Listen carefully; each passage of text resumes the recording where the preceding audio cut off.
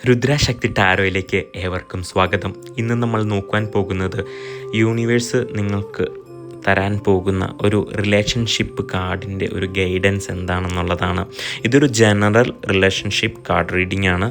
So ഇത് resonate ആവുന്നുണ്ടെങ്കിൽ മാത്രം നിങ്ങൾ റെസൊണേറ്റ് ചെയ്യുക, അല്ലാത്ത പക്ഷം ഇത് റീബുക്ക് ചെയ്യേണ്ടതാണ്. പേഴ്സണൽ റീഡിംഗ് ആവശ്യമുള്ളവർക്ക് ഈ കാണുന്ന വാട്സപ്പ് നമ്പറിലേക്ക് റീഡിംഗ് എന്ന് പറഞ്ഞ് മെസ്സേജ് അയക്കുകയോ അല്ലെങ്കിൽ രുദ്രശക്തി ടാരോയുടെ ഇൻസ്റ്റാഗ്രാം അക്കൗണ്ടിൽ ഒന്ന് DM ചെയ്താലും മതി. അപ്പം ഓം നമോ നാരായണായ.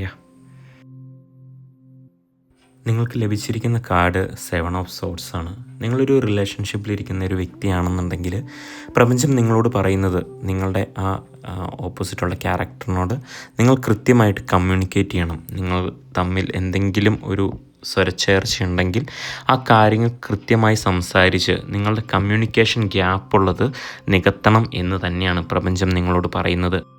അതുപോലെ തന്നെ പ്രപഞ്ചം പറയുന്നത് സ്നേഹം എപ്പോഴും പങ്കുവയ്ക്കാനുള്ളതാണ്. അതൊരാളിൽ നിന്ന് മാത്രം പ്രതീക്ഷിച്ചിരിക്കുകയല്ല.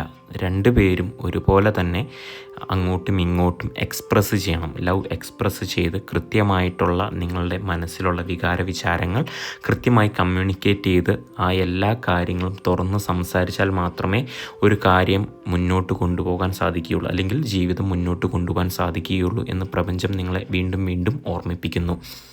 ഇതൊരു ജനറൽ കാർഡ് റീഡിംഗ് ആണ്. പേഴ്സണൽ റീഡിംഗ് ആവശ്യമുള്ളവർക്ക് DM ചെയ്യാവുന്നതാണ്. ഇതെല്ലാവർക്കും റെസൊണേറ്റ് ആവില്ല. സോ റെസൊണേറ്റ് ആവാത്തവർ ഈ ഒരു എനർജി റീബുക്ക് ചെയ്യേണ്ടതാണ്. ഓം ഗും ഗുരുഭ്യോ നമഃ.